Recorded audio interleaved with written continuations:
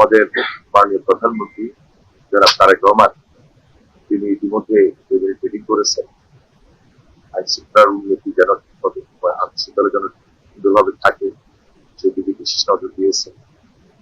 রমজান মাস, এই রমজান মাসে মূল্য যেন নিয়ন্ত্রণে থাকে এবং পাশাপাশি এলাকার উন্নয়ন আমরা কিভাবে অব্যাহত রাখবো যে কোনো অবস্থান থেকে যে কোনো ডিপার্টমেন্টে আমাদের দায়িত্বশীল কাজ করতে হবে। বিশেষ করে দক্ষিণ সদর হাসপাতাল, এই সদর হাসপাতালে চিকিৎসা নাই বললেই চলে। নতুন ভাবে এই চিকিৎসা মৌলিক অধিকার, যে মৌলিক অধিকার অবস্থান থেকে আমরা মানুষের পাশে থেকে কিভাবে সহায়তা দিব সেই দিকে বিশেষ নজর রাখছি। আগামীকালকে আমাদের আইন শৃঙ্খলা এবং উন্নয়ন মিটিং রয়েছে, সেই দিকে আমরা বিস্তারিত আলোচনা করবো। আর সবচেয়ে দীর্ঘদিনের যে দাবি জলাবদ্ধতা, এই জলাবদ্ধতা দূরীকরণের জন্য আমরা ইতিমধ্যে সবচেয়ে বেশি যেটা প্রায়োরিটি সেটা হলো